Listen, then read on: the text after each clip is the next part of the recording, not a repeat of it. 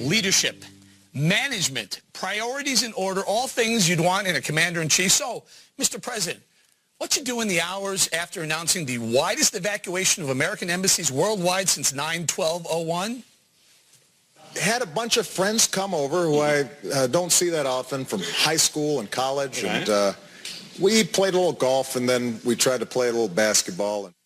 Oh, that's so nice, golf, basketball. No, seriously, you took a lot of heat after Benghazi. Just hours after the terror attack that killed 4 of our guys, you flew to Vegas, baby. So surely if there is another massive terror threat, you'd be in the Oval Office working, right? The day of my birthday, we do departure photos of people who are transitioning out of the White House, and we let them bring their families in. They take a picture in the Oval Office. Wow, so golf, hoops, pictures with your buddies in the Oval Office, birthday cake, balloons, some weekends, sir, but back to business now, right? Well, nope, off to Hollywood for your 6th Leno appearance. Priorities, after all. Speaking of priorities, though, you sure sound like you have them in mind. Bob, listen up, think again. The first thing I think about when I wake up and the last thing I think about when I go to bed is making sure that I'm doing everything I can to keep Americans safe. Golf, basketball, pictures in the Oval Office. Next week he goes on his vacation. Bob, what the heck? The 22 embassies evacuated over the weekend. Pretty good job, I think. I mean, it's what is the point? I mean, the guy's going on vacation. From the time I wake up in the morning till the time I go to bed, I think about how I can keep Americans safe. Maybe if he's not playing basketball, golf, or what do you expect the ice cream. Not play basketball, not play golf? Maybe on the day he evacuates What should he 22 do? embassies. I mean, I don't know, Greg. What do you think? Getting briefed by his security people, intel people? There's a way to go about this, but going after the vacation stuff is just so lame because every president goes on vacation. Look. Not like this. Well, I don't know. No, you can probably He's really good at it. I get it. It's great to have an entertaining president, a president who can go on Jay Leno. He can do children's birthday parties. But right now, America doesn't need an entertaining president. They need a charmless, humorless jerk. The world's a mess. He's getting his screen test. Foreign policy is toast. He's on the West Coast. There's no sense right now that the country is moving forward, which is ironic because he's a progressive president and he's frozen in time. He can't get this country moving. People are acting like being cool is a breakthrough in leadership. It's not. We get it. You're cool. It's time to lead. He thinks leading is cheesy because he doesn't believe in what he's leading. All right, that's my sense. Yeah. KG, I have no problem with President Obama. If he likes to wear that little helmet, ride the bike in Martha's Vineyard, that's fine. My point is he evacuated 22 embassies on Friday. Right? Spent the weekend playing, his own words. I golfed, I played basketball, I took pictures with friends in the Oval Office, we blew out candles. But how about issue a statement about it or have a press conference or act like you're responsible, that you're not auditioning to play commander-in-chief down in Hollywood, but you actually want the job and you're serious about terror. This is nothing new to me, though, because this is a president who does not have the stomach for terror, okay? If the reports are correct, it was Clinton and Panetta that urged him to put the kibosh on bin Laden. Okay, he hides behind the predators, the Reaper strikes, etc. But this is something that I don't think has been a priority in his administration. I don't think he's particularly good at it. I think he should probably move the White House to California, capital Hollywood. oh, I think too that it's pretty disrespectful to the families whose soldiers are still serving overseas, to the families of people who are protecting these embassies when they're being closed down, for the president not to be in the Oval Office and not to be making national security a priority, but instead he's more concerned about his own birthday parties. I can't tell you how many emails I got from Obama for America, from Michelle Obama, from all of his people who work for him over the weekend saying, sign Barack's birthday card. But last chance to sign the birthday card. Last chance, but yet Jay Carney didn't bother to hold a press briefing on Friday after we got these big revelations about Benghazi. And it's really important to remember that people are still dying in Afghanistan, in Iraq. We still have threats all over the world. And you would think that they wouldn't want a PR problem on their hands like they did with Benghazi. And we didn't know where the president was for 24 hours. What would you expect? What should he be doing? Making new keys for the embassy? Seriously, in all honesty, do you think that that's the smartest thing for our president to go play basketball, play a round of golf, have a birthday party, do photo ops in the Oval? Yes, I think it's just fine. When you take what do you around the First globe, of all, we close embassies every year. But maybe not 22 in a row because of a credible threat. Bob, don't diminish the significance of is another question altogether. But What is he supposed to do? You close the embassy, you get people out. What are you supposed to do? Call your golf game off? Wait, act presidential. Not, you know? Threat is another thing. You're saying this isn't a credible threat? I have 22 people. No, I think that it's a very real possibility since they never use cell phones. They got on these phones to sort of get us into disarray. It goes back to this idea that the Obama administration likes to talk out of both sides of its mouth. On one side, they're saying these are very serious threats, the worst threats we've had since the first 9/11. But at the same time, the president isn't taking them seriously and is out doing things that aren't serious. So which one is it? Is it a serious thing or is it not? Because the president isn't treating it like this. And what does it say to our enemies? Image matters. Image really matters. And so for the president to actually be in the White House instead of out on the golf course at a time of national security crisis when our embassies could be under attack is pretty important. He hasn't addressed the American people yet. He said we're closing these embassies from Africa all the way across a great swath of the world, and he has not told the American people what's going on. Well, he went on Leno. He went on Leno. Can we do this? Let's talk to Leno. The interview last night was loaded with stuff. Listen to President O talk about the controversial spy program. Listen. We don't have a domestic spying program. What we do have are some mechanisms where we can track a phone number or an email address that we know is connected to some sort of terrorist threat. None of the revelations show that government has actually abused these powers, but they're pretty significant powers. If we can make sure that there's confidence on the part of the American people that there's oversight, then I think we can make sure that we're properly balancing our liberty and our security. Interesting. It was a good soundbite. If it was during a news conference when he could actually stand up with his shoulders back like a man and answer the questions of a few reporters from the press corps instead of in the comfy, Jay Leno studio with the snacks in the green room. I mean, come on, I'm not impressed with that. Were you impressed when Ronald Reagan never had a single press conference during Iran-Contra? He and his wife watched movies at night?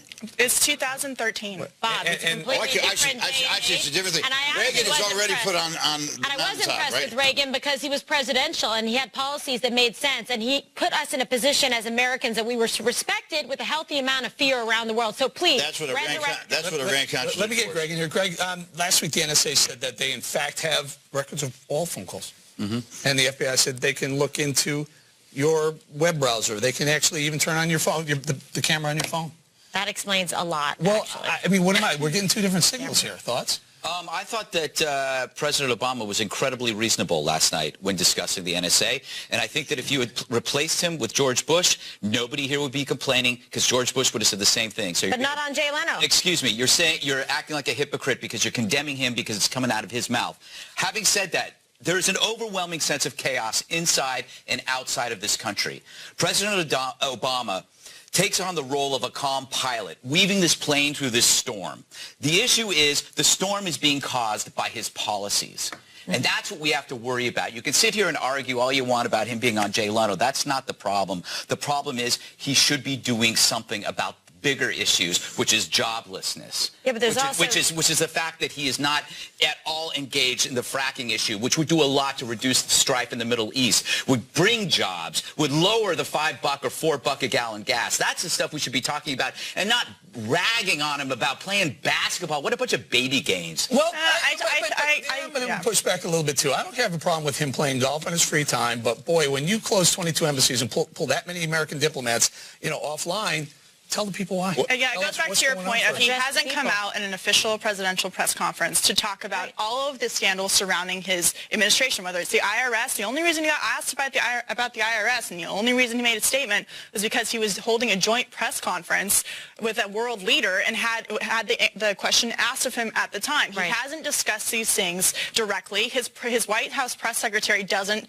address them directly. He refers them to another agency, which then refers you back to the White House, and it becomes this big circle. Go on Leno, but also give the American people the decency of addressing them directly. The other problem that I have with him, Bob, is the one where he talks about the gap between the rich and the middle class has gotten wider. He neglected to say it's gotten wider while he is president of the United States. He is now the president of the gap, and he may be the president of a banana republic. Well, I think you made some good points. Real quick, and an Old Navy, very good. I want to address the baby games that you're referring to. I think at least the three of us at this table. I don't have a problem with him going on Jay Leno and playing in entertainment land. He can do that all he wants. I get He's comfortable doing it. It's easy for him. My point is there are also time, place, and manner issues that should be addressed. Right. And I think the proper forum is to answer the questions of the American people, show some respect, show some caliber that he can get up there and do that and answer questions about not just this, but a number of other issues. You don't think those questions I don't begrudge him a vacation. I want him to be happy and Jay healthy. did a good job. But other than that, Right. it's not the right place. but- He's a comedian. Let's move on. Wait, One more quick turn. Go ahead, Finally, go news ahead. today. President O has decided to snub President Putin over Snowden, the whole Snowden issue. But remember when he said this? Listen. Would you be willing to meet separately, without precondition, during the first year of your administration in Washington or anywhere else, with the leaders of Iran, Syria, Venezuela, Cuba, and North Korea, in order to bridge the gap that divides our countries? I would. And the reason is this, that the notion that somehow not talking to countries is punishment to them, which has been the guiding diplomatic principle of this administration, is ridiculous. Well, you know, but honestly, that's exactly what he's doing to Russia. That's exactly what he's doing to Putin. He's punishing them for what they did with the Ed Snowden case. Well, it's childish. No, It's childish. I don't think it's so childish. I mean, look, you have to send diplomatic messages, and I think he's making it very clear to Putin, who will not be around another 2 or 3 years, by the way. You think and can I just so? make one? I don't think he is. Can I make one point about scandals just for one quick second? Watergate was a scandal. Iran-Contra was a scandal. The IRS is not a scandal. I think But you that actually said I that it think was. that- No, it's not a scandal at that level. You know what I mean? It's not a big I think scandal. that You didn't get the audited. powerful government agency targeting people for their political beliefs. I've that said can ruin that their before. lives Benghazi is a scandal? It's a big deal. But Benghazi, 4 dead Americans is not a scandal, but Watergate's a scandal. 10,000 dead Americans in Iraq was a scandal. I'm asking you about, you called Watergate a scandal, but you're saying Benghazi's not. I'm just trying Are to you clarify. comparing Watergate to There were no Benghazi? body bags in Yes, Watergate. yes. I think Benghazi is a much bigger scandal than Watergate. Yeah, because the let's loss of life, talk which about should be this significant, last is story the for a difference second. that matters. Listen to this for a second. President Obama has now decided to punish President Putin. A sit-down with Putin would be a very good idea. You want the one-on-one. You don't want the G20 with 20 leaders. You want the one-on-ones. But he's going to say no because of, I don't know, he was disrespected by Russia? Well, I don't know. That sounds like baby games to me. I mean, face him. Go face to face. Talk to him as a man and let him know. You know, make him respect you. Make him answer some questions. Otherwise, we're not really getting anywhere in terms of the relations. They're just further deteriorating. Well, I think that's a good point, because when I was in the Carter White House, we decided not to send the Olympic team to Russia because of the invasion of Afghanistan. It was a mistake. We should not have done that. We should have gone, and we should have continued to have our diplomacy. I think in this case, you're probably right, as I think about it. I think it makes some sense for him to sit down with Putin. I think, it's funny, the reset button has become a joy buzzer.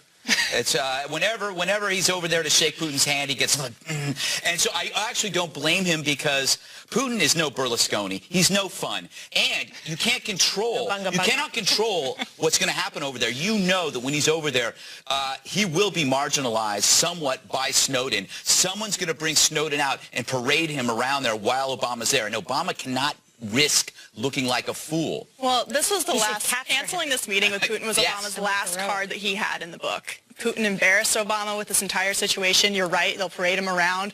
Obama can't take the embarrassment again. The last meeting with Putin went really badly, and so this was the last card they had. Was so The picture says it all. Look at the picture. Yeah, the picture, the body language is How about a just third pretty obvious. country? How about not in Russia? How about meet somewhere else? Well, that's a possibility, but what was Obama supposed to, why is he embarrassed by Putin? What's he going to do, invade Russia and so that they don't bring Snowden there? Oh, they could not offer him asylum. That's one. Well, they could say couldn't. But we I can't tell them to do that. Exactly. We'll leave it there. Ahead of the 5, we're on verdict watch for Whitey Bulger, one of the most notorious